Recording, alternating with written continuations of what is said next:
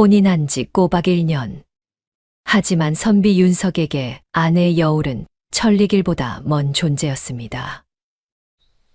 괜찮습니다, 서방님. 오늘만은 꼭 마음을 전하리라 다짐하며 손을 뻗어보지만 다가서면 물러서고 손을 내밀면 조용히 피하는 아내. 집안에선 자식복 없는 역적 가문년이라며 서슬퍼런 독설이 쏟아져도 아내는 입을 꾹 다문 채 침묵할 뿐이었습니다. 손끝만 닿아도 질색팔색 피하던 아내가 먼저 서방님의 손을 꽉 움켜쥐게 된 사연. 아내의 마음을 녹인 그 뜨거운 이야기를 지금 시작합니다. 사연 시작 전 구독과 좋아요 눌러주시면 영상 제작에 큰 힘이 됩니다. 이야기 시작합니다. 옛날 옛적 한양 도성 북쪽 기슭에 자리 잡은 이씨. 가문의 기와집에는 날마다 저물녘이 되면 밥 짓는 연기가 담장 위로 피어올랐습니다. 넉넉하지도 가난하지도 않은, 그러나 가문의 체면 하나만큼은 목숨처럼 아끼는 그런 집이었지요. 사랑채 쪽에서는 책장 넘기는 소리가 들리고 안채 쪽에서는 간간히 그릇 부딪히는 소리가 났습니다. 두 소리는 담 하나를 사이에 두고 번갈아 들리다가 해가 지면 각자 조용해졌지요. 혼인한 지 꼬박 1년이 되던 어느 가을, 저물녘 선비 이윤석은 사랑채 문지방 위에 걸터 앉아 안채 창호지를 바라보았습니다. 오늘만큼은 아내에게 먼저 말을 건네리라 아침부터 몇 번이나 마음을 다잡아온 터였지요. 그런데 막상 창호지에 아내의 그림자가 들이우는 것을 보자 발이 선뜻 떨어지지 않았습니다. 그림자는 조용했습니다. 분주하지도 그렇다고 완전히 멈춰있지도 않은 채 느릿느릿 움직이다 이윽고 한자리에 고요히 앉았지요. 마치 담장 저편에 누가 서 있는지 아랑곳하지 않는 것처럼. 윤석은 깊이 숨을 한 번 들이켰습니다. 그러고는 안채 살인문 앞까지 걸어가 조심스레 말을 건넸지요. 여울, 오늘 저녁은 함께 드는 게 어떻겠소? 잠시 침묵이 흘렀습니다. 창호지 너머 그림자가 살짝 멈추더니 이내 다시 천천히 움직이기 시작했지요. 돌아온 대답은 짧았습니다. 괜찮습니다. 세 글자였습니다. 거절도 아니고 허락도 아닌 그저 한 줄 선을 긋는 세 글자. 윤석은 한동안 살인문 앞에 서 있다가 결국 발걸음을 돌렸습니다. 혼자 받은 저녁상에는 수저를 대기가 내키지 않았지요. 반찬이 모자란 것도 밥이 맛없는 것도 아니었는데 숟가락을 들었다 내려놓기를 몇 번이나 반복하다가 결국 반도 채 못 넘긴 채 상을 물렸습니다. 이튿날 아침에는 일찌감치 앞마당으로 나가 기다렸습니다. 아침상이라도 함께 받아볼 요량이었지요. 부엌에서 나오던 여울이 마당에 서 있는 윤석을 발견하고 잠깐 발을 멈추었습니다. 두 눈이 마주치는가 싶은 순간 여울의 시선이 스르르 아래로 내려앉더니 소반을 번쩍 들어 몸종에게 넘기고는 고개를 돌렸습니다. 서방님 드실 것은 건넸습니다. 그것이 전부였습니다. 윤석이 한마디를 더 보태려는 찰나 마침 안채에서 나온 시어머니가 며느리의 손이 굼뜨다며 목청을 높이기 시작했지요. 윤석이 막아서려 입을 여는 순간 여울이 먼저 나직하고 또렷하게 말했습니다. 서방님이 나서지 않으셔도 됩니다. 시어머니를 달래는 말인지 윤석을 밀어내는 말인지 아니면 두 가지 모두인지 가늠하기 어려웠습니다. 여울은 그 한마디를 남기고 고개를 숙인 채 부엌 안으로 사라졌고 윤석은 손을 반쯤 든 채로 한동안 그 자리에 서 있었지요. 한 지붕 아래 날마다 얼굴을 마주치면서도 두 사람 사이에는 보이지 않는 벽 하나가 단단히 서 있었습니다. 다가서면 물러서고 손을 내밀면 조용히 피하는 그 거리는 봄이 가고 여름이 지나고 가을이 깊어지도록 조금도 좁혀지지 않았지요. 무너뜨릴 수도 없고 그냥 두기에는 너무 두꺼운 그런 벽이었습니다. 그날 밤에도 윤석은 사랑채 천장을 오래도록 바라보았습니다. 어디서부터 잘못된 것인지 어떻게 해야 그 벽 너머로 손을 뻗을 수 있는지. 달빛이 창호지를 다 물들이도록 끝내 답을 찾지 못한 채 나를 세웠지요. 그것이 두 사람이 혼이 난 지 꼭 1년째 되던 가을밤의 일이었습니다. 한여울이라는 이름은 맑은 여울물처럼 생기 있는 삶을 담아 지어진 이름이었습니다. 그러나 이 씨 가문의 안채에 들어온 여울에게서 그 생기를 찾기란 쉬운 일이 아니었지요. 여울의 눈빛은 항상 고요했고 입술은 꼭 다물려 있었으며 움직임은 소리 하나 내지 않을 만큼 조용했습니다. 마치 처음부터 그 집의 일부였던 것처럼, 아니 처음부터 없었던 것처럼 존재를 지으며 살아갔지요. 여울의 친정은 한때 한양에서 이름 있는 선비 집안이었습니다. 부모님은 딸에게 학문을 가르치고 책을 손에 쥐어 주었으며 그 총명함을 아꼈지요. 그러나 그 평온한 나날은 오래가지 않았습니다. 어느 해부터인가 친정 가문에 역적의 혐의가 씌워지기 시작하더니 급기야 관아에서 포박해가는 사람이 생기고 집이 기울었습니다. 여울이 이 씨 가문으로 혼이 나게 된 것은 그런 기울어진 집안의 처지 때문이었지요. 시아버지가 두 집안의 연을 욕심내어 밀어붙인 혼사였고 여울은 부모님의 구명을 위해 그 혼사를 받아들였습니다. 팔려오듯 들어왔다는 말이 꼭 틀린 말이 아니었지요. 혼인 첫날부터 시어머니의 눈길은 차가웠습니다. 손님이 찾아오는 날이면 여울은 없는 사람 취급을 받았지요. 잘 차려진 교자상 위에 수저 하나가 빠진 것이 여울의 자리였습니다. 시어머니는 마을 아낙네들에게 공공연히 자식복도 없는 며느리라는 말을 흘리고 다녔는데 그 말은 담장을 넘고 우물가를 지나 어느새 여울의 귀에까지 닿았습니다. 여울은 단 한마디도 받아치지 않았지요. 고개를 숙이고 입을 다문 채 자신에게 주어진 일만 했습니다. 그 집에서 여울의 곁에 있어 주는 일하고는 오래된 노비 돌쇠뿐이었습니다. 돌쇠는 말이 많은 사람이 아니었지만 여울이 무거운 물동이를 들고 가면 말없이 옆에 와서 한쪽을 받쳐주었지요.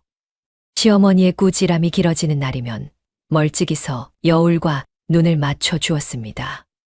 그 조용한 눈빛 하나가 여울에게는 하루 중 가장 따뜻한 순간이었지요. 밤이 되면 여울은 안마당 구석에 있는 신주단지 앞으로 나왔습니다. 달빛이 마당을 고요히 물들이는 시각, 여울은 소리 없이 무릎을 꿇고 두 손을 모았지요. 입술이 달싹이기는 했지만 소리가 밖으로 새어나오지 않았습니다. 고개를 숙인 그 모습은 그 어떤 하소연보다 더 깊은 절박함을 품고 있었지요. 오늘도 어제도 그리고 그 전날도 여울은 같은 자리에서 같은 자세로 밤을 보냈습니다. 그 모습을 지켜보는 이는 그날까지 아무도 없었습니다. 이윤석은 이 씨 가문 자제들 가운데 유독 선이 고운 얼굴로 태어났습니다. 부드러운 눈매에 말이 적고 목소리는 낮으며 웃을 때면 눈가에 잔잔한 주름이 지는 그런 사람이었지요. 마을 아낙네들은 저 도련님은 왜 저리 인물이 좋냐며 수군거렸고 글방 어르신들은 심성이 고우니 과거에도 높이 뜨겠다며 흐뭇해했습니다.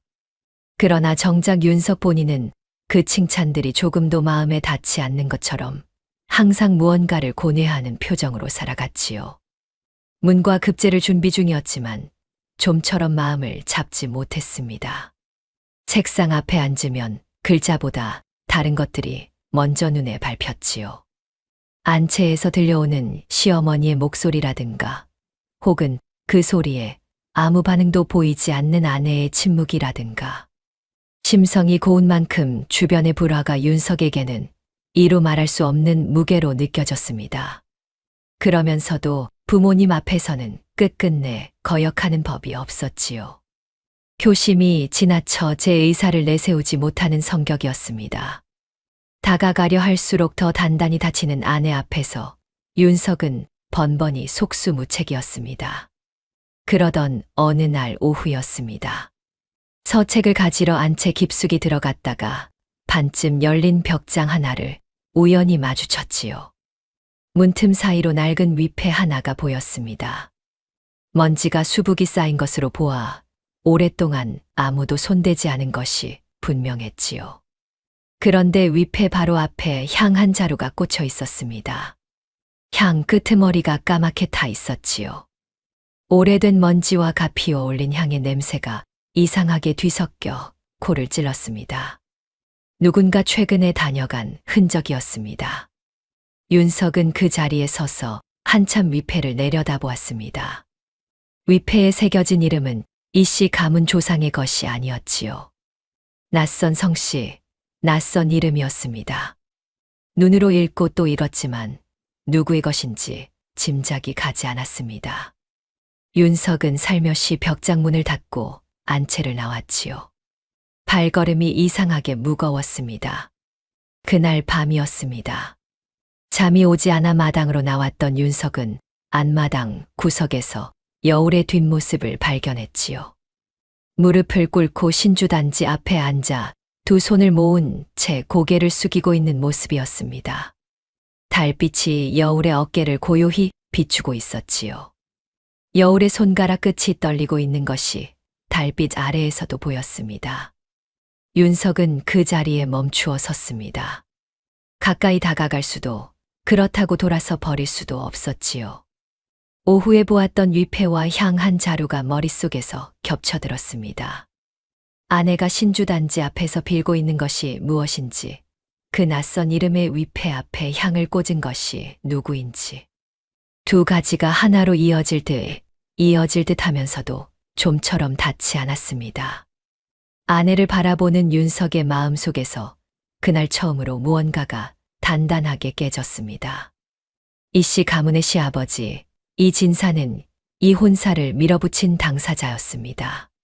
한여울의 친정이 한양에서 이름 있는 집안이었을 때 그 연을 탐내어 사돈을 청했지요. 가문과 가문이 맺어지면 아들의 앞길도 환해질 것이라 여겼습니다.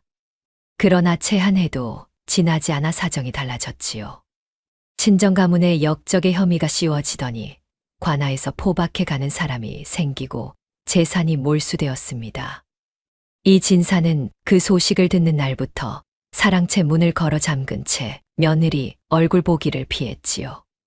시어머니는 달랐습니다. 피하는 대신 공격했습니다. 매일 새벽 여울이 부엌에 불을 피우기도 전에 시어머니의 목소리가 안마당을 울렸습니다. 며느리가 들어온 뒤로 집안에 좋은 일이 하나도 없으니 이게 다 누구 팔자 탓이냐. 여울은 고개를 숙인 채 대답하지 않았습니다. 대답을 해도 안 되고 침묵해도 안 되는 자리였지요. 시어머니는 그 침묵을 건방짐으로 읽었고 다음 날은 더 날선 말을 골라왔습니다. 손님이 오는 날이면 여울은 아예 안채 깊숙이 들어가 있어야 했습니다. 혹시라도 눈에 띄면 역적 가문 며느리가 있다는 소문이 날까봐 시어머니가 미리 내쫓듯 보냈지요. 여울은 그 말을 들을 때마다 눈을 내리깔고 방으로 들어갔습니다. 그러고는 문을 닫고 혼자 앉아 마당에서 들려오는 웃음소리를 듣다가 날이 저물기를 기다렸지요. 시어머니는 윤석에게도 은밀히 말을 흘리기 시작했습니다. 저 며느리에게 정 붙이지 마라. 그 집안 꼴을 봐라. 저런 집 핏줄을 이씨 가문에 퍼뜨릴 수는 없지 않느냐. 정 떼고 새 장가를 갈 준비를 하는 것이 도리다. 윤석은 그 말을 들을 때마다 입술을 꽉 물었습니다. 반박하고 싶었지만 부모님 앞에서는 번번이 말문이 막혔지요. 그렇게 하루가 가고 이틀이 가며 시어머니의 말은 조금씩 쐐기처럼 박혀들었습니다. 한편 이씨 가문을 드나드는 이 중에 한 사람만큼은 여울을 바라보는 눈빛이 달랐습니다. 사촌형 이종현이었지요. 종현은 이 집에 올 때마다 윤석에게는 너털웃음을 보였지만 여울을 볼 때면 잠깐 눈빛이 굳어졌습니다. 그 굳음이 무엇 때문인지 눈치챈 사람은 그 집에 아무도 없었지요. 여울의 친정 가문을 역적으로 거짓 고발한 것이 바로 종현이었다는 사실을 그 집 안에서 알고 있는 이는 아직 단 한 명도 없었으니까요. 종현은 그것을 알았습니다. 그리고 그것이 탈로 나는 순간을 날마다 두려워하며 살고 있었지요. 조용하고 단단해 보이는 겉모습 뒤에서 종현의 마음속 조바심은 날이 갈수록 커져가고 있었습니다. 시어머니가 마침내 결단을 내린 것이 어느 날 저물녘이었습니다. 대청마루에 윤석과 여우를 함께 불러 앉혔지요. 심상치 않은 분위기였습니다. 마당에는 몸종 2명이 멀찍이 서서 고개를 숙이고 있었고 사랑채 쪽에서는 이 진사가 헛기침을 한 번 하고는 나와섰지요. 시어머니는 말을 둘러대지 않았습니다. 후사가 없으면 집안이 끊기는 법이다. 오늘 밤 합궁을 하거라. 그 말과 함께 몸종 하나가 약사발 하나를 여울 앞에 내려놓았습니다.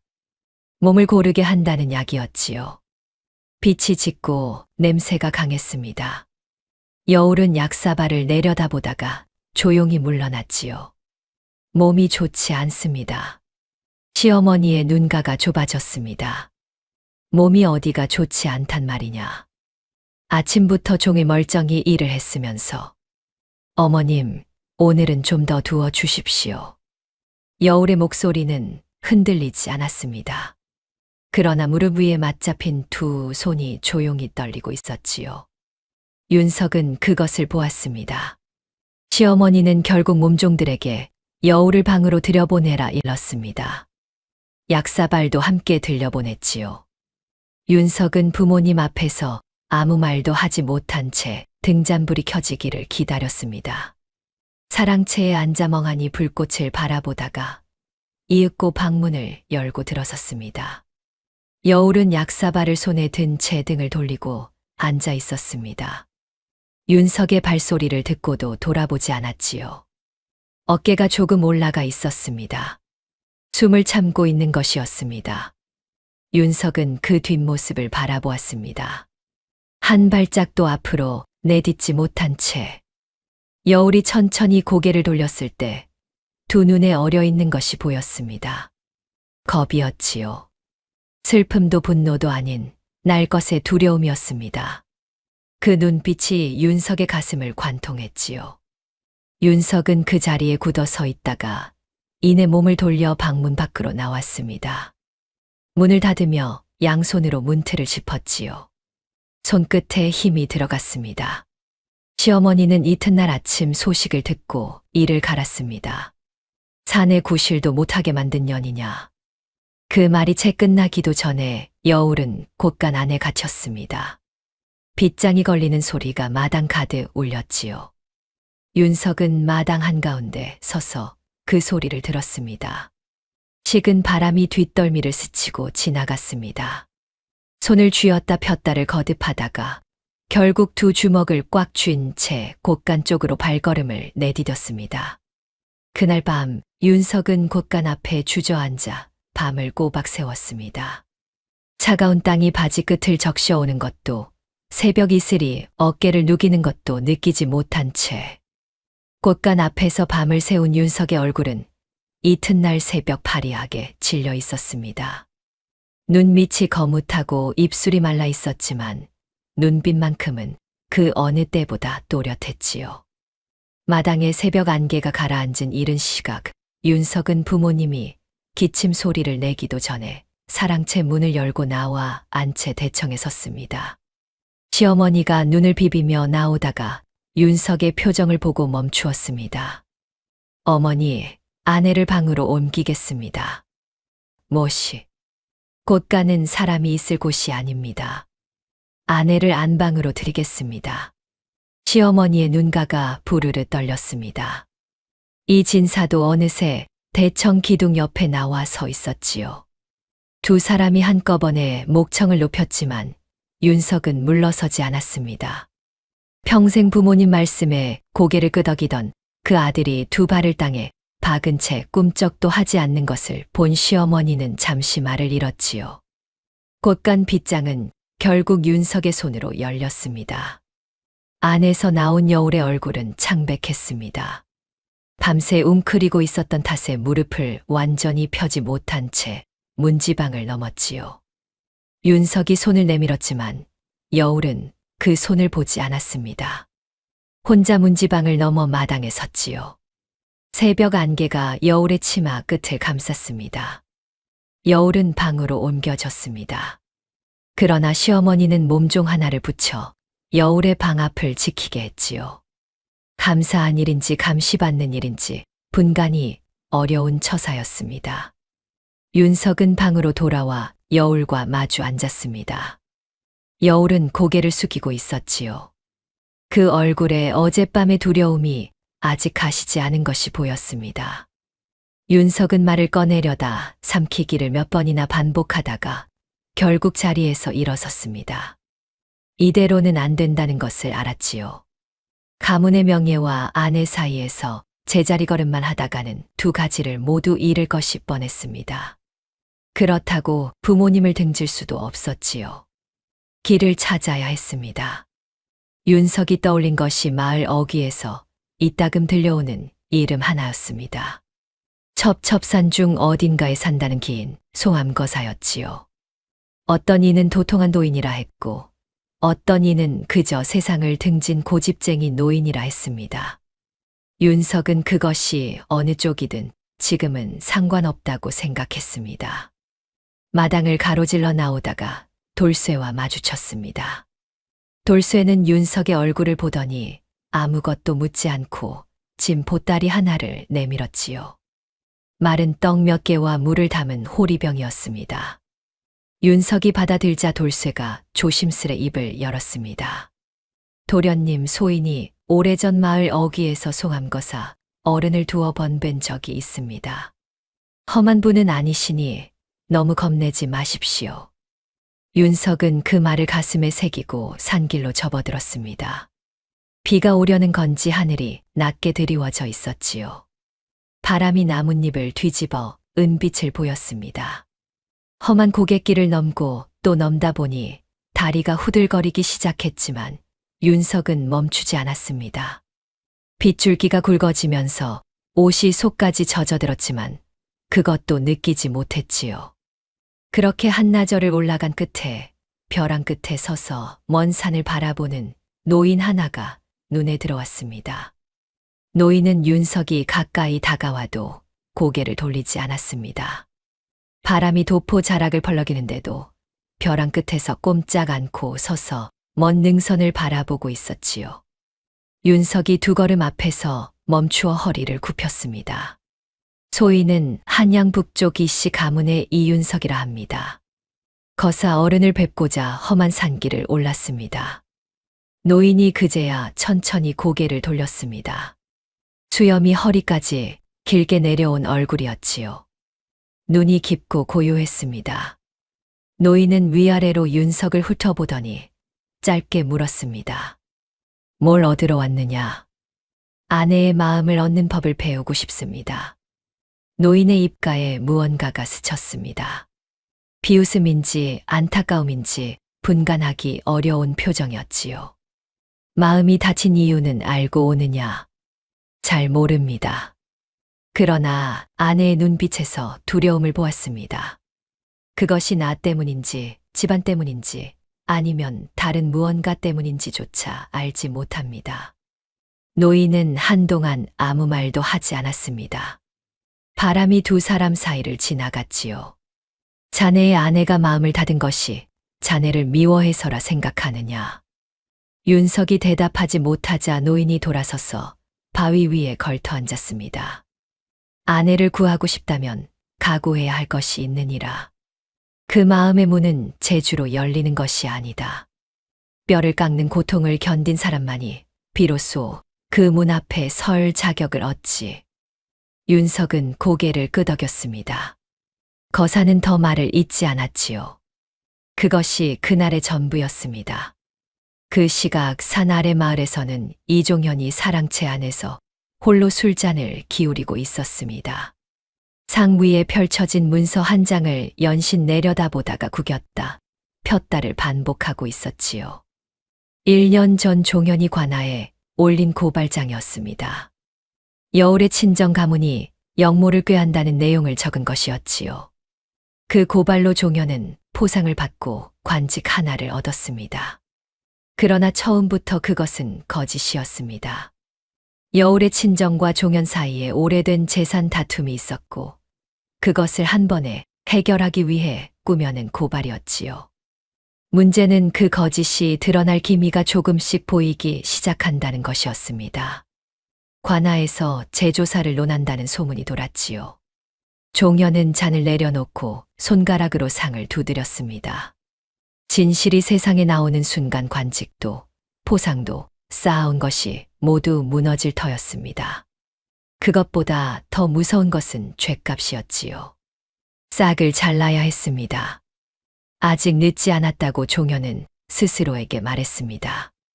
여울이 살아서 이 씨 가문에 있는 한, 그 집에 사람들이 드나드는 한, 언젠가 진실이 새어 나올 위험이 있었지요. 종현은 빈잔에 술을 다시 채우며 눈을 가늘게 떴습니다. 산 위와 마을, 두 곳에서 서로 다른 결심이 동시에 익어가고 있었습니다. 이튿날 새벽, 거사는 윤석을 산 위, 깊숙한 곳으로 데려갔습니다. 소나무 숲을 한참 헤치고 들어가자 바위 절벽 사이에서 폭포 하나가 쏟아지고 있었지요. 초가을이라고는 해도 산속 물줄기는 살을 애는 듯 차가웠습니다. 물보라가 바람에 날려 몇 걸음 앞에서도 얼굴을 시리게 했지요. 거사가 턱으로 폭포를 가리켰습니다. 저 아래 서라. 윤석은 잠시 폭포를 올려다보았습니다. 쏟아지는 물의 양이 어마어마했지요. 저 아래 서면 숨이 막힐 것이 뻔했습니다. 그래도 윤석은 옷을 걷고 발을 내디뎠습니다. 첫 발이 물에 닿는 순간 온몸에 피가 거꾸로 솟는 것 같았습니다. 두 번째 발을 내디디자 무릎이 절로 굽혀졌지요. 폭포 아래까지 들어서자 물줄기가 어깨를 내리쳤습니다. 호흡이 끊어질 것처럼 차가웠습니다. 발바닥이 돌 위에 붙어버리는 것 같았고 무릎이 부들부들 떨렸지요. 그때 거사의 목소리가 물소리를 뚫고 들어왔습니다. 지금 이 순간 내 아내가 겪어온 것이 이것이다. 차갑고 무겁고 숨이 막히는 것. 그것이 하루 이틀이 아니라 날마다 계속된 것이지. 그것을 온몸으로 기억해라. 윤석은 이를 악물었습니다. 물줄기 소리 속에서 아내의 모습이 떠올랐지요. 고개를 숙이고 서 있던 모습, 밥상을 차리다 아무렇지 않은 척 손을 움직이던 모습, 곳간 문이 닫히는 소리를 등으로 들었을 그 순간. 그 모든 것이 지금 이 물의 무게와 차가움으로 느껴졌습니다. 얼마나 시간이 지났을까요? 발의 감각이 사라지고 손가락이 굽혀지지 않을 즈음 거사가 나오라 일렀습니다. 윤석이 폭포 아래서 나왔을 때 온몸이 파랗게 질려 있었지요. 거사는 두꺼운 삼배 하나를 던져 주었습니다. 어떻더냐? 윤석이 이를 부딪히며 대답했습니다. 숨이 막혔습니다. 나가고 싶었습니다. 그러나 나갈 수가 없었습니다. 거사가 고개를 끄덕였지요. 여인의 마음은 힘으로 여는 것이 아니다. 그 슬픔에 동화될 때 비로소 열리는 것이니라. 자네는 오늘 그 첫 발짝을 디뎠느니라. 윤석은 젖은 옷을 끌어안고 한동안 바위에 앉아 있었습니다. 폭포 소리가 귀를 채우는 가운데 아내의 떨리는 손가락 끝이 눈에 밟혀 좀처럼 지워지지 않았습니다. 수행을 마친 다음 날 아침, 거사는 윤석을 바위 앞에 앉히고 품 안에서 서찰 한 장을 꺼냈습니다. 닳고 낡은 종이었지요. 거사가 직접 붓으로 써 내려간 것이 분명한 글씨체였는데 먹이 번진 자리가 있는 것으로 보아 한 번에 단숨에 쓴 것이 아니라 오랜 시간에 걸쳐 고쳐 쓴 흔적이었습니다. 거사는 그것을 윤석의 손에 쥐어주며 말했습니다. 내려가기 전에 이것부터 읽어라. 윤석은 두 손으로 서찰을 받쳐 들고 천천히 읽었습니다. 문을 열지 못하는 자를 탓하지 말라. 문을 잠근 것이 그 사람이 아니라 그 사람이 겪어온 세월임을 먼저 보라. 그것이 전부였습니다. 딱 두 줄이었지요. 윤석은 그 두 줄을 몇 번이고 다시 읽었습니다. 처음에는 무슨 뜻인지 선뜻 잡히지 않았습니다. 세월이 문을 잠근다는 것이 어떤 의미인지, 그러면 자신이 무엇을 어떻게 해야 한다는 것인지. 거사는 아무것도 더 설명해 주지 않았습니다. 산을 내려가라는 손짓 하나만 남기고 돌아서 버렸지요. 윤석은 서차를 접어 품 안에 넣고 산길을 내려오기 시작했습니다. 윤석은 걸으면서 아내를 떠올렸습니다. 처음 떠오른 것은 혼인 첫날이었습니다. 가마에서 내린 여울의 얼굴이 창백했던 것, 두 손을 배 앞에 모은 채 고개를 숙이고 서 있던 것. 그때 윤석은 그 창백함이 낯선 집에 대한 두려움이라 여겼습니다. 누구나 그러리라 생각했지요.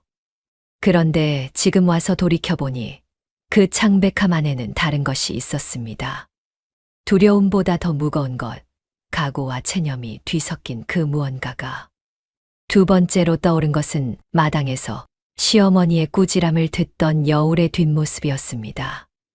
등이 꼿꼿했지요. 어깨를 움츠리지도 몸을 웅크리지도 않았습니다. 그냥 고개만 숙인 채 그 모든 말을 등으로 받아냈지요. 윤석은 그것을 보며 여울이 강하다고 생각했습니다. 강해서 상처받지 않는다고 생각했지요. 얼마나 어리석은 생각이었는지 지금은 압니다. 등이 꼿꼿한 사람이 오히려 더 깊이 삼키는 법이었습니다. 흔들리지 않는 것이 아니라 흔들림을 보여주지 않는 것이었지요. 세 번째로 떠오른 것은 신주단지 앞의 뒷모습이었습니다. 달빛 아래 무릎을 꿇고 두 손을 모은 채 입술을 달싹이던 그 모습. 소리가 밖으로 새지 않도록 안으로만 삼킨 기도. 윤석은 그날 그 모습을 보면서 아내가 무엇을 빌고 있는지 궁금했습니다. 이제는 알 것 같았습니다. 자신을 위해 빈 것이 아니었지요. 윤석을 위해 이 집안이 무사하기를, 자신 때문에 아무도 다치지 않기를 빌었던 것이었습니다. 윤석은 산중턱쯤에서 발을 멈추었습니다. 벽장 속 위패와 향 한 자루가 눈앞에 겹쳤습니다. 낯선 이름이 새겨진 위패. 먼지 속에서도 새로 꽂혀 있던 향. 그 향을 꽂은 것이 여울이었다는 것을 이제 윤석은 알았지요. 여울은 이 집 사람도 아닌 잊힌 위패 하나를 홀로 찾아가 향을 올리고 있었습니다. 아무도 모르게, 아무도 시키지 않아도 그것이 어떤 사람인지를 보여주는 것이었습니다. 윤석은 주저앉고 싶었습니다. 다리가 풀린 것이 아니라 마음이 무너진 것이었지요. 이 모든 것을 보고도 보지 못했던 자신이, 문이 열리기만을 기다리며 서 있던 자신이 어떤 사람이었는지가 한꺼번에 밀려왔습니다. 얼마나 서 있었을까요? 바람이 한 번 지나갔습니다. 소림 몇 장이 발등 위에 내려앉았지요. 윤석은 서차를 가슴께에 대고 손바닥으로 꾹 눌렀습니다. 문을 잠근 것은 아내가 아니었습니다. 아내가 겪어온 세월이었지요. 그 세월을 먼저 보지 못하고 문 앞에서 어떻게 열까만 궁리했던 자신이 이제는 부끄러웠습니다. 발걸음이 조금 달라졌습니다. 무겁지 않았습니다. 무거운 것은 사라진 것이 아니라 이제 어디에 내려놓아야 하는지를 알게 된 것이었지요. 산을 완전히 내려온 것은 해가 서쪽으로 기울 무렵이었습니다. 마을 어귀에 다다르자 집 쪽에서 돌쇠가 마중을 나와 있었지요. 윤석의 얼굴을 보더니 돌쇠는 깊이 고개를 숙였습니다. 말은 하지 않았지만 눈빛에 안도가 가득했지요. 집안 형편이 어떠하냐? 돌쇠가 조심스레 입을 열었습니다. 마님께서 아씨 방 앞 몸종을 하루에도 두어 번씩 살피게 하고 계십니다. 아씨는 아무 말씀도 없이 방 안에 계십니다. 윤석은 고개를 끄덕이고 돌쇠와 함께 걸음을 놀렸습니다. 사랑채의 자리를 잡은 윤석은 다시 거사와 나눈 이야기들을 되새겼지요. 거사는 수행이 끝나갈 무렵 한 가지를 더 일러주었습니다. 대단한 것이 아니었습니다. 기교도 술수도 아니었지요.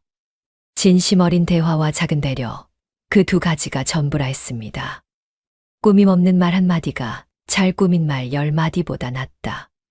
그리고 배려는 상대가 원하는 것을 주는 것이 아니라 상대가 원하지 않는 것을 강요하지 않는 것에서 시작하느니라. 윤석은 그 말을 곱씹으며 붓을 들었습니다. 아내에게 편지를 쓰는 것도 말을 건네는 것도 아니었지요. 그저 아내가 어렸을 때 좋아했다는 시집 한 권을 펼쳐놓고 그 안에서 가장 짧고 맑은 시 한 편을 골라 종이에 옮겨 적었습니다. 아무런 말도 덧붙이지 않았지요. 그것을 접어 문 아래 틈으로 밀어 넣었습니다. 방 안에서 기척이 있었지만 문이 열리지는 않았습니다. 그러나 윤석은 기다리는 법을 이제 알았습니다. 그날도 다음 날도 같은 일을 반복했지요. 다른 시를 골라 같은 방법으로 전했습니다. 아무것도 요구하지 않고 아무것도 기대한다는 내색을 하지 않았지요. 밤이 되면 아내의 방 문 밖에 서서 낮은 목소리로 시를 읊었습니다. 소리가 크지 않아 방 안까지 닿을까 말까 할 정도였지요. 그래도 상관없었습니다. 그런데 집안 사정은 윤석을 기다려주지 않았습니다. 거사에게서 돌아온 지 사흘째 되던 날, 시어머니가 이 진사에게 속삭이는 소리가 사랑채까지 흘러들었지요. 저 며느리를 친정으로 돌려보내는 절차를 밟아야 하지 않겠소. 자식도 없고 집안만 어지럽히는데 이제 더는 못 보겠소. 소박이었습니다. 조선의 법도 안에서 남편이 아내를 내쫓는 것이었지요. 윤석은 사랑채 문 안에서 그 소리를 들으며 두 눈을 감았습니다. 거사의 비책이 아직 씨앗도 심지 못한 단계인데 땅 자체를 없애버리겠다는 것이었지요. 손 안에 쥔 시집이 구겨질 만큼 소나귀에 힘이 들어갔습니다. 며칠 안에 결판을 내야 했습니다. 이튿날 아침 마당에 가마 한 채가 들어서 있었습니다. 가마꾼 둘이 채를 어깨에 얹고 묵묵히 서 있었지요. 시어머니가 안채 문 앞에 팔짱을 끼고 서서 몸종에게 여울의 짐을 내오라 이르고 있었습니다. 이 진사는 사랑채 쪽에서 헛기침만 반복하며 나오지 않았지요. 몸종이 여울의 방문을 열었습니다. 여울은 이미 보퉁이 하나를 무릎 위에 올려놓고 앉아 있었지요. 혼인할 때 가져온 것들 중에서 이 집 것이 아닌 것만 추린 듯 보퉁이가 작았습니다. 그 작음이 말해주는 것이 있었지요. 이 집에서 1년을 살면서도 자신의 것을 단 하나도 들여놓지 않은 사람이라는 것을. 여울의 얼굴은 창백했지만 눈빛은 이상하리만치 고요했습니다. 울지도 매달리지도 않을 것이라는 것이 그 눈빛 하나로 모두 읽혔지요. 처음부터 각오하고 살아온 사람의 얼굴이었습니다. 일어서면서 창가 쪽을 마지막으로 한번 바라보았지요. 윤석이 밤마다 실을 밀어 넣던 문틈새였습니다. 여울은 그것을 잠깐 바라보다가 말없이 고개를 돌렸습니다. 윤석이 마당으로 나온 것은 바로 그 순간이었습니다. 보퉁이를 안고 걷는 여울의 걸음이 조용했지요. 서두르지도 느리지도 않은 걸음이었습니다. 그 걸음이 얼마나 오래된 것인지, 얼마나 많은 것을 삼키며 걸어온 걸음인지가 느껴졌지요. 윤석은 그 자리에 잠깐 멈추어 섰다가 입을 열었습니다.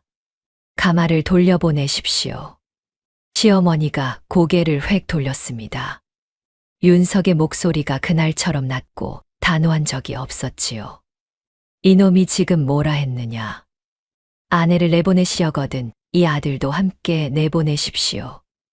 마당이 조용해졌습니다. 가마꾼들이 서로 얼굴을 마주 보았지요. 시어머니의 얼굴이 불그락 푸르락 변했습니다. 이 진사가 그제야 사랑채 문을 열고 나와 목청을 높였지만 윤석은 물러서지 않았지요. 아버님, 소자가 잘못했습니다. 이 집에 들어온 일에 아내가 하루도 편한 날이 없었는데 소자는 그것을 보고도 막지 못했습니다. 지켜야 할 사람을 지키지 못한 것이 소자의 죄입니다. 그러나 아무 잘못 없는 아내를 내쫓는 일에는 따를 수가 없습니다. 자식도 못 낳고 집안만 어지럽히는 게 잘못이 없다는 게냐. 자식이 없는 것이 어찌 아내만의 탓입니까? 그 한마디에 마당이 다시 조용해졌습니다. 이 진사가 입을 벌렸다가 다물었지요. 시어머니는 충격을 받은 듯 잠시 굳어 있다가 치마를 거칠게 떨치며 안채 문을 열고 들어가 버렸습니다. 문이 쾅 닫혔지요. 이 진사는 한동안 윤석을 바라보다가 말없이 사랑채로 돌아갔습니다. 가마꾼들이 눈치를 보다가 채를 내려놓았지요. 윤석이 조용히 말했습니다. 수고하셨습니다. 오늘은 돌아가 주십시오. 가마가 대문 밖으로 나갔습니다. 삐걱거리는 바퀴 소리가 멀어지다가 이내 사라졌지요.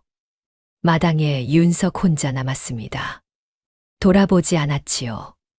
등 뒤에 여울이 서 있다는 것을 알았지만 돌아보면 또 문을 닫을 것 같았습니다. 그냥 마당을 바라본 채로 섰지요. 낙엽 한 장이 두 사람 사이를 천천히 지나갔습니다. 그때 등 뒤에서 아주 작은 목소리가 들렸습니다. 서방님. 그것이 전부였습니다. 이름도 감사도 부탁도 아니었지요. 그냥 그 한마디였습니다. 그런데 그 한마디 안에 1년치의 것들이 담겨 있었지요. 윤석은 눈을 감고 천천히 고개만 끄덕였습니다. 잠시 뒤 방문이 닫히는 소리가 났습니다. 꽝 닫히는 소리가 아니었지요. 사르르 아주 조용히 닫히는 소리였습니다. 그 소리가 윤석의 귀에 오래도록 남았지요. 그날 밤도 집 안은 무거웠습니다. 시어머니는 안채에서 나오지 않았고 이 진사는 사랑채에서 기침 소리 하나 내지 않았지요. 윤석은 여울의 방문 밖에 조용히 앉아 낮은 목소리로 시 한 편을 읊었습니다. 방 안에서는 아무 소리도 나지 않았지요. 그러나 문 아래 틈새로 희미한 등불 빛이 새어 나왔고 그 빛은 윤석이 자리를 뜰 때까지 꺼지지 않았습니다. 돌쇠가 윤석을 찾아온 것은 그로부터 이틀 뒤의 이른 아침이었습니다. 사람이 없는 것을 확인하고 사랑채로 들어온 돌쇠는 품 안에서 반듯하게 접힌 문서 한 장을 꺼내 두 손으로 내밀었지요. 손이 조금 떨리고 있었습니다. 도련님, 이것을 보셔야겠습니다. 윤석이 문서를 받아 펼쳤습니다. 읽어 내려가는 눈빛이 처음에는 평온하다가 중간쯤에서 멎었지요. 그러고는 다시 첫 줄부터 천천히 읽었습니다. 다 읽고 나서도 한참 동안 아무 말이 없었습니다. 문서는 종현이 1년 전 관아에 올린 고발장의 초안이었습니다. 여울의 친정 가문이 영모를 꾀한다는 내용을 적은 것이었지요. 그런데 그 여백에 종현의 손으로 직접 쓴 것이 분명한 메모가 있었습니다. 친정 가문과 종현 사이에 오래된 토지 분쟁이 있었다는 내용, 그 분쟁을 한 번에 해결하기 위해 이 고발을 올린다는 내용, 거짓 증인 2명을 어떻게 섭외했는지까지 상세히 적혀 있었지요. 이것을 어디서 가져왔느냐? 돌쇠가 고개를 숙였습니다. 종현 날이 사랑채 마루 밑이었습니다. 전부터 이상한 낌새가 있어 눈여겨보던 중이었지요. 마침 나리가 집을 비운 사이에 찾아냈습니다. 관아에 제출된 것이냐? 아닙니다. 이것은 초안이고 정보는 이미 관아에 있습니다. 이것은 종현 나리가 증거로 남기지 않으려고 태우려다 잊어버린 것 같습니다. 윤석이 문서를 탁자 위에 내려놓고 자리에서 일어섰습니다. 당장 관아로 달려가고 싶었지요. 그러나 돌쇠가 조심스레 말렸습니다. 도련님, 지금 올리시면 종현 나리가 눈치채고 나머지 증거를 없애버릴 것입니다. 거짓 증인들도 종현 나리 손에 달려 있으니 때를 봐야 합니다. 윤석은 주먹을 쥐었습니다. 돌쇠의 말이 맞았지요. 성급하게 움직였다가 오히려 종현에게 빌미를 줄 수 있었습니다. 문서를 다시 접어 품 안 깊이 넣으며 이를 꽉 물었지요. 한편 종현의 사랑채에서는 그날 오후 신복 하나가 돌아와 보고를 올리고 있었습니다. 마루 밑 문서가 없어졌습니다. 종현의 얼굴에서 핏기가 빠져나갔습니다. 손바닥으로 탁자를 내리쳤지요. 누가 가져간 것이냐? 아직 확인하지 못했습니다. 다만 이씨 가문 노비 돌쇠가 며칠 전부터 이쪽 근방을 얼쩡거렸다는 말이 있습니다. 종현은 잠시 눈을 감았다가 떴습니다. 그러고는 낮고 조용한 목소리로 말했지요. 돌쇠의 발길을 하루도 빠짐없이 밟아라. 어디를 가는지, 누구를 만나는지, 무엇을 들고 다니는지. 신복이 허리를 굽히고 나갔습니다. 종현은 혼자 남아 탁자 위를 멍하니 바라보았지요. 손끝이 차가웠습니다. 그 차가움을 느끼면서도 종현은 표정 하나 바꾸지 않았습니다. 한 번 미끄러지기 시작한 사람이 끝까지 가는 방식이 그런 것이었지요. 그 무렵 윤석과 여울 사이에는 아주 조금씩 변화가 생기고 있었습니다. 말 한마디 없이도 느껴지는 그런 변화였지요. 여울이 밥상을 내올 때 전처럼 서둘러 돌아서지 않고 잠깐 문 앞에 서 있다 가는 일이 생겼습니다. 마당에서 눈이 마주쳤을 때 먼저 시선을 거두지 않고 잠시 그 자리에 머무는 일도 생겼지요. 윤석은 그것을 못 본 척했습니다. 눈치챘다는 내색을 하는 순간 여울이 다시 다쳐버릴 것 같았지요. 대신 하던 일을 계속했습니다. 매일 밤 문 앞에 앉아 시를 읽는 것, 아침이면 새로 고른 시 한 편을 문 아래로 밀어넣는 것, 그것이 전부였지요. 어느 저녁이었습니다. 윤석이 문 앞에 앉아 낮은 목소리로 시를 읊기 시작했을 때 안에서 작은 소리가 들렸지요. 방문이 조금 열렸습니다. 여울이 문 안쪽에 앉은 채 문만 살짝 밀어놓은 것이었습니다. 얼굴이 보이는 것은 아니었지요. 그래도 윤석은 목소리를 바꾸지 않았습니다. 처음부터 끝까지 같은 속도로, 같은 낮은 목소리로 시를 다 읊었지요. 마지막 구절이 끝나고 한동안 침묵이 흘렀습니다. 그때 안에서 여울의 목소리가 처음으로 흘러나왔습니다. 당신이 열어줄 때까지 나는 이곳에 서 있겠소. 윤석이 언젠가 문 앞에서 혼잣말처럼 중얼거렸던 말이었습니다. 여울이 그것을 듣고 있었던 것이지요. 여울이 그 말을 다시 읊조린 것인지 아니면 다른 뜻을 담아 건넨 것인지 알 수 없었습니다. 윤석은 대답하지 않았습니다. 그저 문 앞에 등을 기대고 앉은 채 눈을 감았지요. 방문은 그날 밤 더 열리지 않았습니다. 그러나 닫히지도 않았습니다. 그 무렵 종현의 신복은 날마다 돌쇠의 뒤를 밟고 있었습니다. 돌쇠가 장을 보러 가는 길, 우물가에 들르는 길, 이씨 가문 별당 근처를 오가는 길을 하나하나 기록했지요. 신복은 돌쇠가 별당 쪽에 유달리 자주 발길을 두는 것을 파악하기 시작했습니다. 돌쇠는 여전히 자신의 발길이 쫓기고 있다는 것을 눈치채지 못했지요.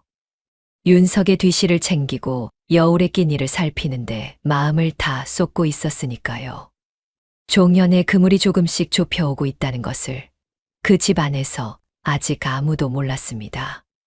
돌쇠가 여울에게 벽장 이야기를 꺼낸 것은 어느 흐린 오후였습니다. 여울이 마당에서 빨래를 개는 것을 도우면서 돌쇠는 낮은 목소리로 말했지요. 아씨, 안채 깊숙이 벽장 하나가 있는 것 아십니까? 그 안에 위패가 있는데 마님께서 오래전부터 아무도 가까이 못하게 하셨습니다. 여울의 손이 잠깐 멈추었습니다. 왜 그것을 내게 말하느냐? 아씨께서 그 앞에 향을 꽂으신 것을 소인이 보았습니다. 아씨가 그 위패 주인을 알고 계신 것 같아서요. 여울은 천천히 빨래를 개며 대답했습니다. 친정 오라비와 어린 시절 알던 분의 위패다. 이 집과 인연이 있으신 분이었는데 그분이 이 집 벽장 안에 있다는 것이 이상해서 가끔 들렀다. 돌쇠가 고개를 끄덕였지요. 그것으로 대화는 끝났습니다. 그러나 여울은 그날 이후 마음이 걸렸습니다. 그 위패가 이 집 벽장 깊숙이 놓인 까닭이 무엇인지, 시어머니가 왜 아무도 가까이 못하게 했는지 물어볼 수 있는 사람이 없었지요. 물어보아도 답이 돌아올 것 같지 않았습니다. 이튿날 오전 시어머니가 안채를 비운 틈이 생겼습니다. 장 보러 가는 길이라 두어 시지는 걸릴 것이었지요. 여울은 조용히 안채 깊숙이 들어가 벽장 앞에 섰습니다. 문을 열자 먼지 냄새가 코를 찔렀습니다. 위패는 그 자리에 있었지요. 여울이 소매를 걷어 먼지를 살며시 닦아내고 무릎을 꿇었습니다. 소매 안에서 향 한 자루를 꺼내 향로에 꽂고 두 손을 모아 고개를 숙였지요. 얼마나 지났을까요? 등 뒤에서 발소리가 들렸습니다. 여울이 고개를 돌렸을 때 시어머니가 문 앞에 서 있었습니다. 장에 가지 않은 것이었지요. 아니, 갔다가 무언가가 생각나 돌아온 것인지도 몰랐습니다. 시어머니의 얼굴이 굳어 있었습니다.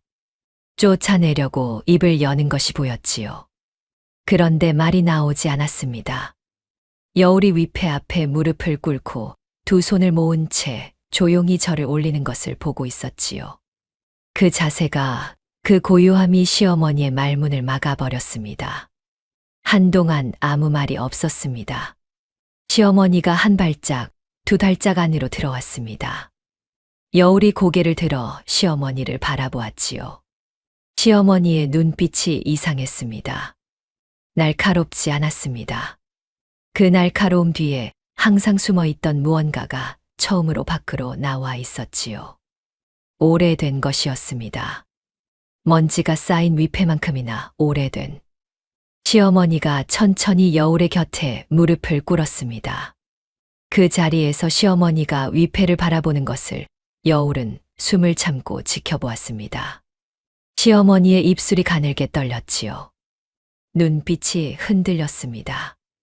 오랫동안 닫아두었던 방문을 여는 사람의 얼굴이었습니다.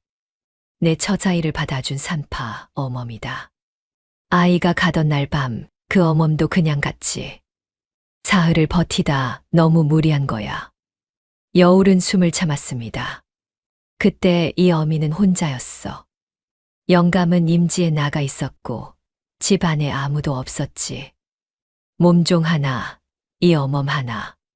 그것이 전부였어. 목소리가 조금씩 낮아졌습니다. 어멈이 사흘을 버텨주었다. 잠도 자지 않고 밥도 못 먹고 이 어미 손을 잡고 내내 있어 주었지. 그러다 아이가 가던 날 밤 어멈도 그냥 갔어. 너무 무리한 거지. 시어머니의 눈가에서 무언가가 흘렀습니다. 닦지 않았지요. 닦을 생각을 못한 것 같았습니다. 그 뒤로 아무도 이 벽장에 오지 않았다. 내가 못 오게 했으니까. 보기 싫었던 게 아니야. 볼 수가 없었던 거지. 여울은 눈을 내리깔았습니다. 자신도 눈이 뜨거워졌으니까요. 두 여인이 그 자리에서 같은 방향을 바라보았습니다. 말이 없었습니다. 향 연기가 가늘게 피어올라 벽장 안을 천천히 채웠지요. 시어머니가 처음으로 자신의 구박이 어디서 비롯된 것인지를 알았다는 표정이었습니다. 자신이 혼자였던 그 시절, 아무도 곁에 없었던 그 고통을 며느리에게 그대로 돌려주고 있었다는 것을, 알면서도 멈추지 못했던 것을. 시어머니가 천천히 일어섰습니다. 여울도 따라 일어섰지요. 두 사람은 서로를 마주 보지 않았습니다. 그냥 같은 방향을 보며 나란히 섰지요. 그것으로 충분했습니다. 말보다 더 깊은 것이 그 침묵 안에 있었으니까요. 그날 저녁 여울은 시어머니를 찾아가 조용히 고했습니다. 어머님과 서방님께 더 이상 누가 되고 싶지 않습니다. 소인은 잠시 별당에 머물겠습니다.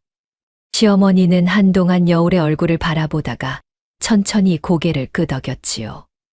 막지 않았습니다. 여울은 홀로 짐을 챙겨 별당으로 자리를 옮겼습니다. 그 밤 시어머니는 안채에서 오래도록 등불을 켜두었습니다. 불이 꺼진 것은 아주 늦은 밤이었지요. 그것이 올해 능어리가 처음으로 녹아내린 밤이었습니다.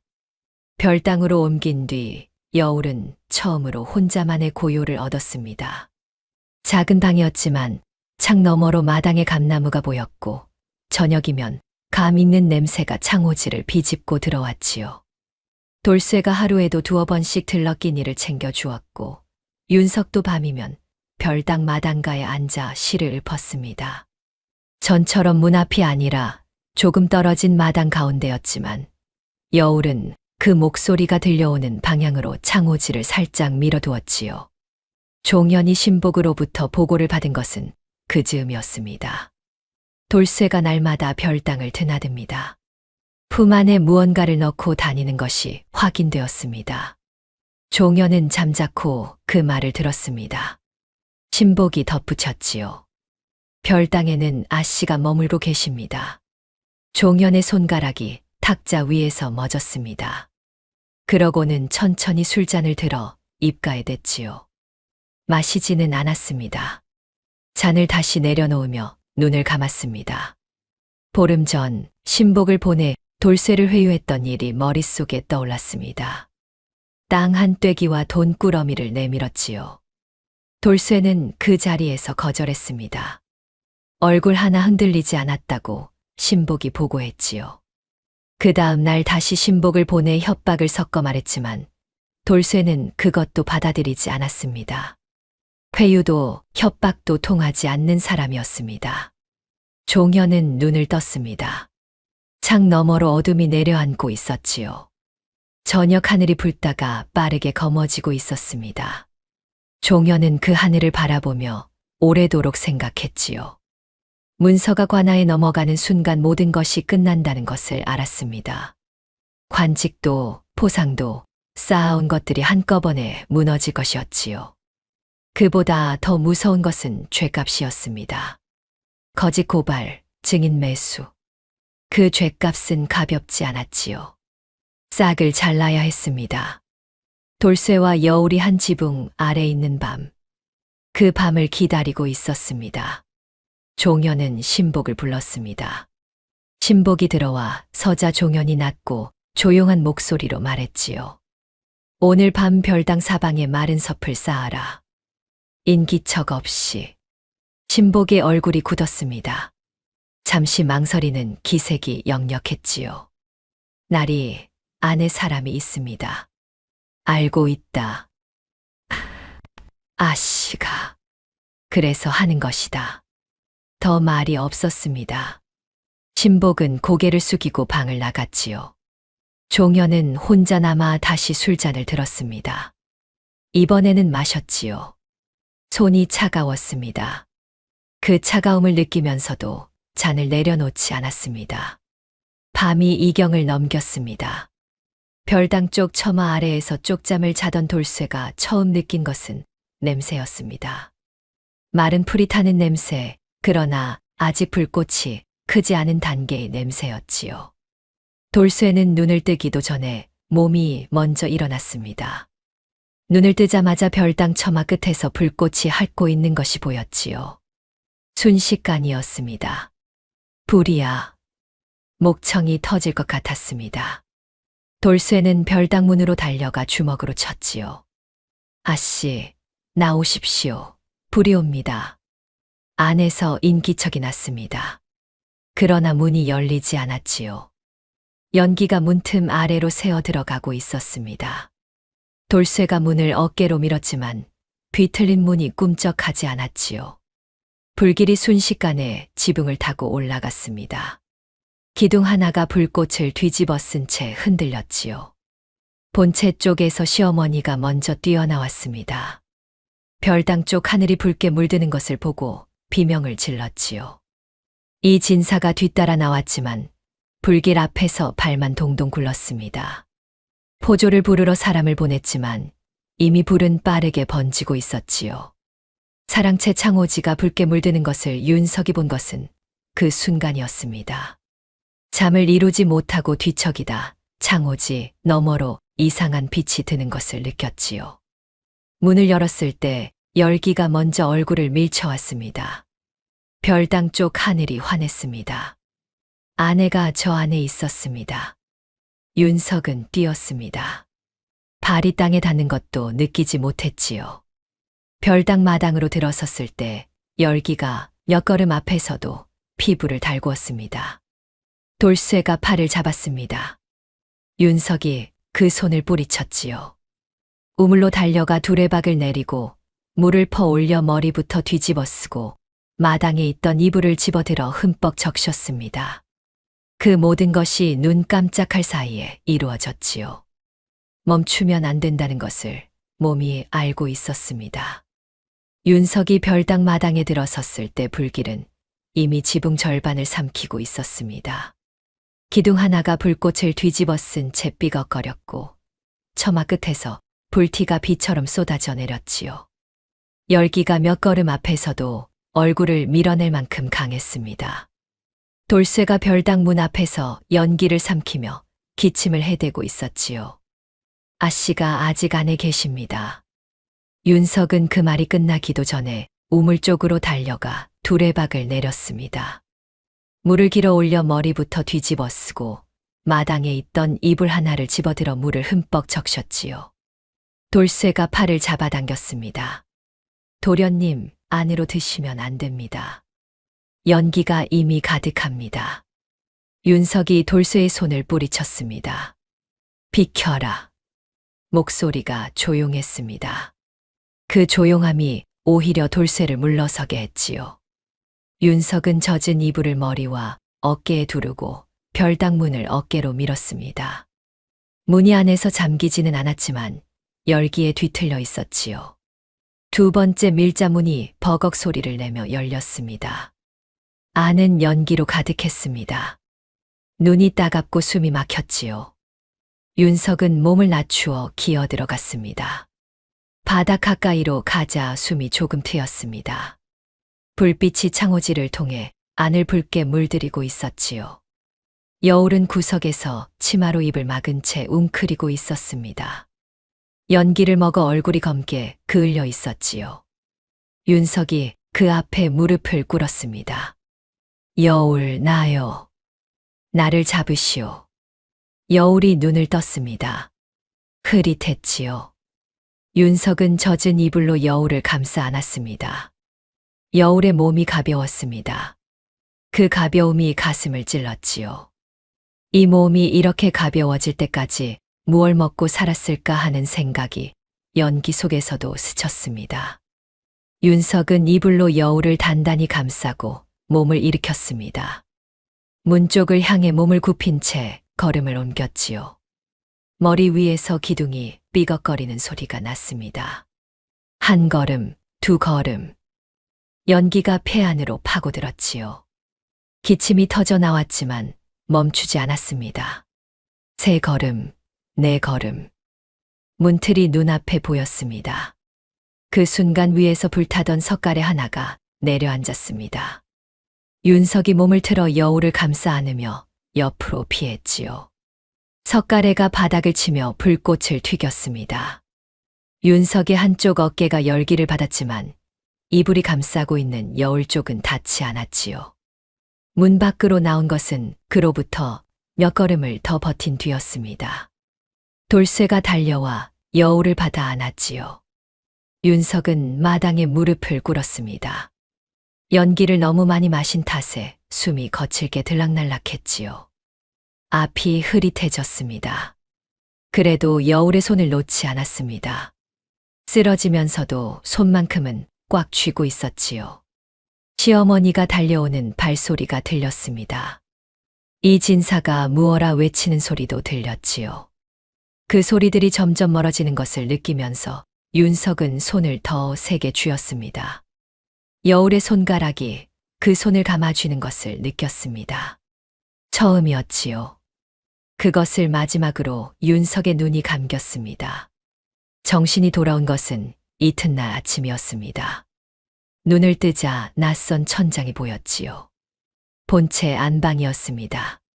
시어머니가 머리맡에 앉아 물수건을 짜고 있었는데 윤석이 눈을 뜨는 것을 보고 손을 멈추었지요.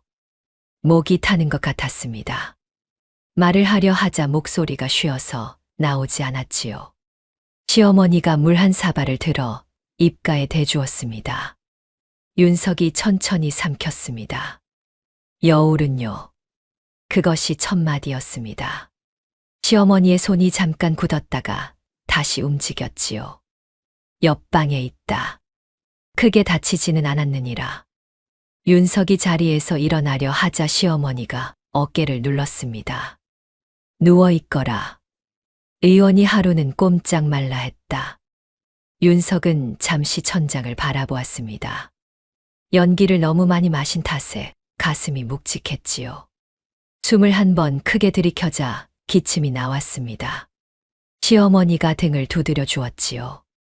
그 손이 조심스러웠습니다. 평생 그 손에서 조심스러움을 느껴본 적이 없었는데 윤석은 그것을 느끼며 눈을 감았습니다. 어머니. 목소리가 갈라졌습니다. 쉰 목소리에 무언가가 얹혀 있었지요. 어머니는 틀렸습니다. 시어머니의 손이 멎었습니다. 대답이 없었지요. 아내는 아무 잘못이 없습니다. 어머니도 마음속으로는 알고 계셨을 것입니다. 다만 말하기 싫으셨던 것이지요.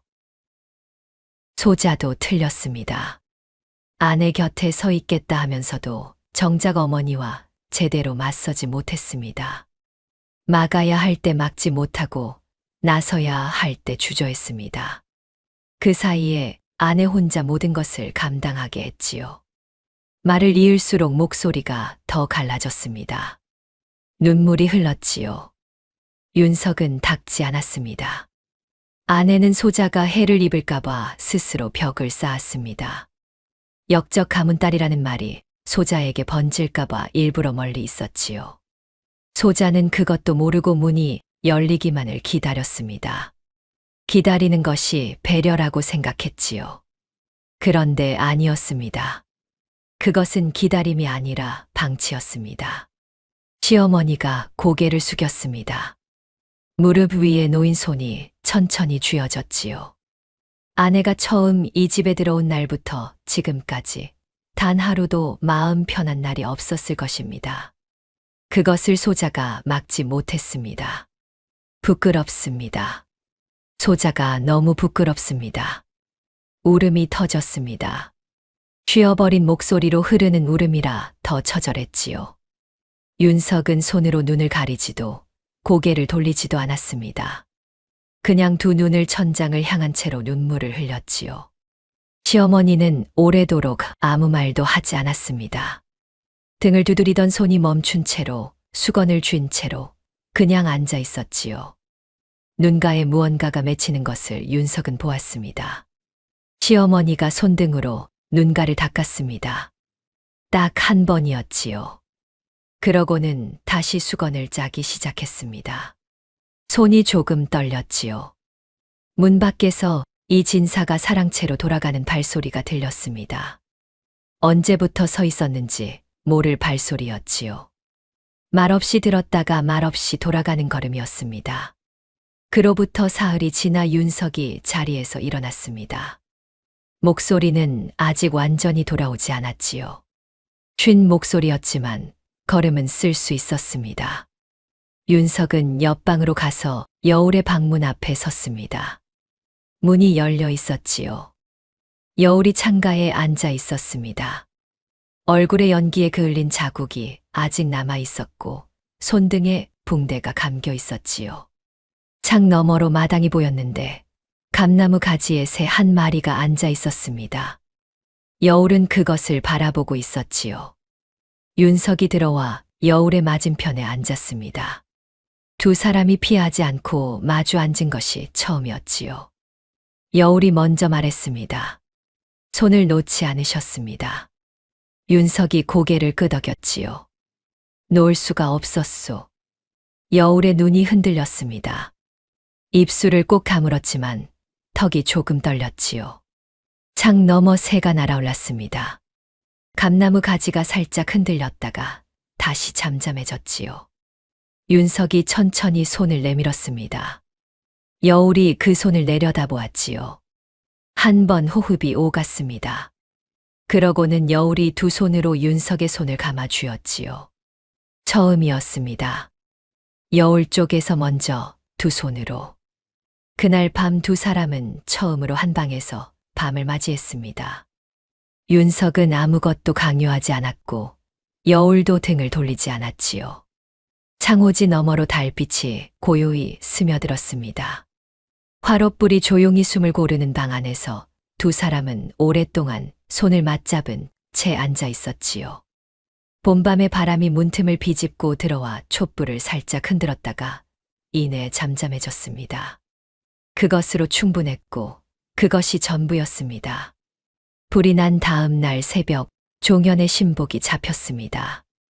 별당 주위에 마른 섭을 쌓던 것을 마을 사람 하나가 밤길을 걷다 목격했지요. 그 사람이 날이 밝자마자 관하로 달려가 고한 것이었습니다. 포졸들이 종현의 신복을 포박해 관하로 끌고 갔고 반나절도 지나지 않아 신복이 모든 것을 실토했지요. 종현이 시킨 것이라는 것, 돌쇠의 입을 막기 위한 것이었다는 것, 여울도 함께 없애려 한 것이었다는 것을. 종현은 그날 오후 포졸들에게 포박되었습니다. 사랑채 문을 박차고 들어온 포졸들 앞에서 종현은 잠시 버텼지요. 그러나 돌쇠가 내어놓은 문서가 관아 앞에 이미 올라가 있었습니다. 거짓 증인 2명의 이름도 문서 여백에 적혀 있었고 두 사람 모두 이미 관아로 소환된 상태였지요. 종현이 포졸에게 끌려가면서 윤석의 집 앞을 지나쳤습니다. 윤석이 대문 앞에 서서 그 모습을 바라보았지요. 두 사람의 눈이 잠깐 마주쳤습니다. 종현이 먼저 시선을 떨구었습니다.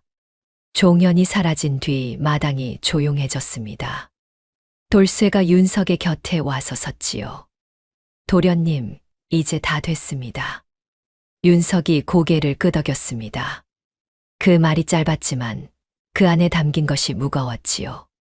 그 저녁 송암거사에 관한 이야기가 하나 밝혀졌습니다. 돌쇠가 오래된 기억을 더듬어 꺼낸 이야기였지요. 거사가 젊은 시절 윤석의 조부에게 큰 은혜를 입은 인물이라는 것이었습니다.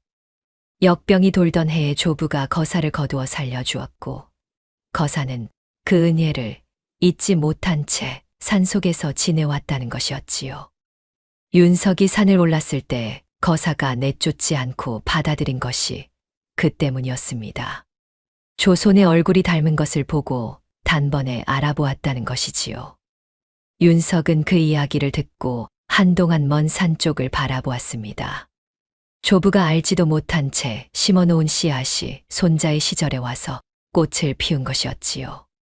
선한 것은 사라지지 않는다는 것을 윤석은 그제야 몸으로 알았습니다.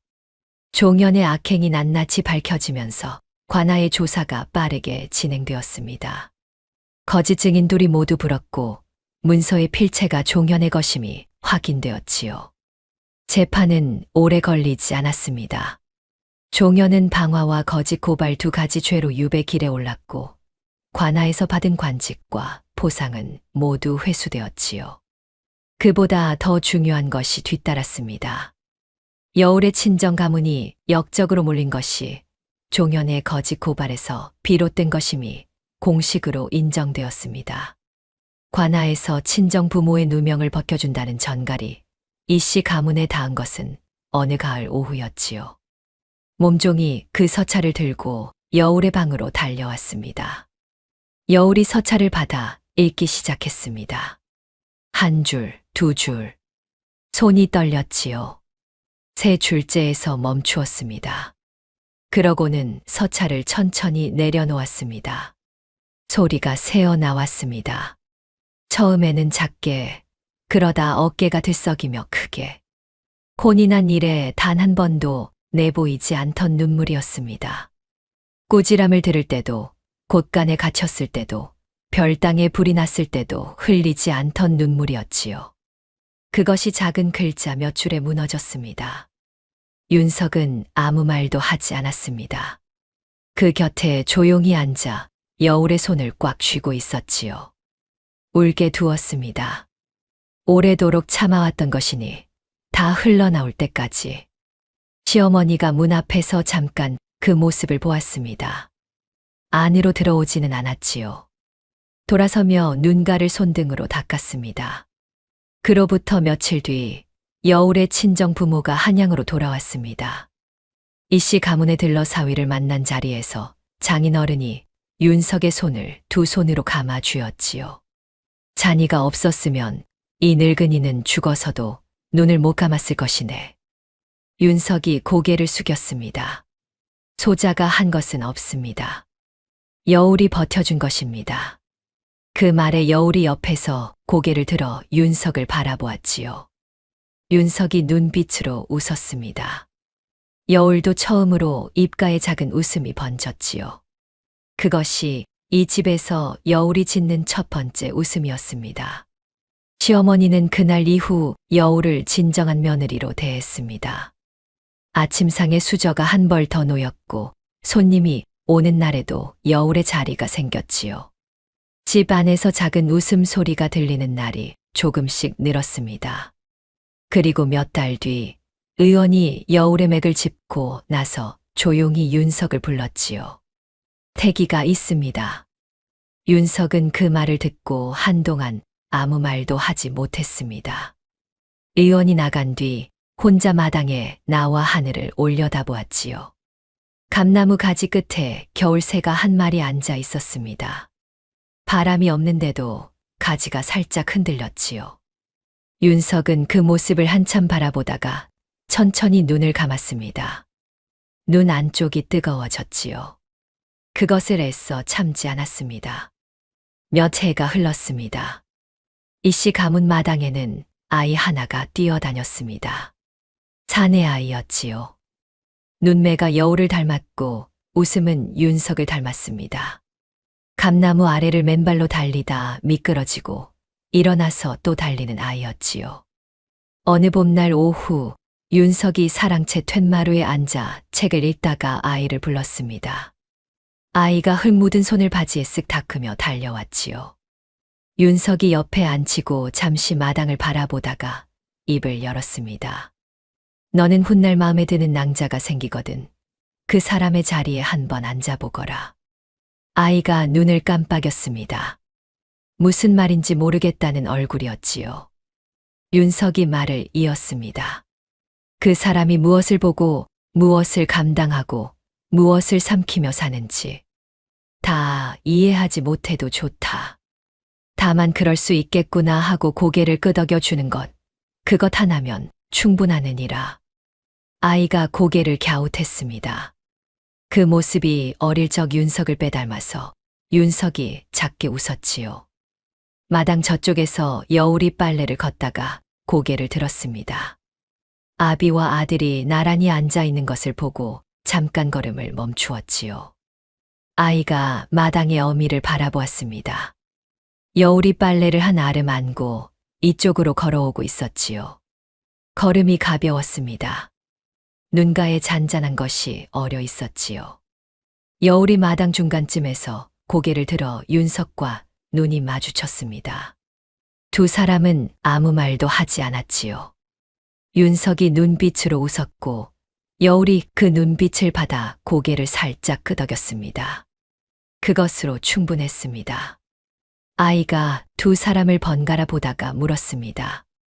아버님, 그게 무슨 비책이에요? 윤석이 아이의 머리를 한번 쓰다듬었습니다. 사랑이라는 비책이니라. 아이는 그 말이 아직 잘 이해되지 않는 듯 다시 마당으로 뛰어내려갔습니다. 감나무 아래를 또 한 바퀴 돌았지요. 윤석은 그 모습을 바라보다가 마당으로 들어서는 여울을 향해 자리에서 일어섰습니다. 여울의 손에서 빨래 보따리를 받아들었지요. 여울이 빈손이 된 것을 내려다보다가 살짝 고개를 들어 윤석을 보았습니다. 봄 햇살이 마당을 가득 채우고 있었습니다. 감나무 가지 끝에 연두색 새잎이 돋아나고 있었지요. 아이가 그 아래를 웃으며 달리고 두 사람이 나란히 서서 그것을 바라보는 오후였습니다.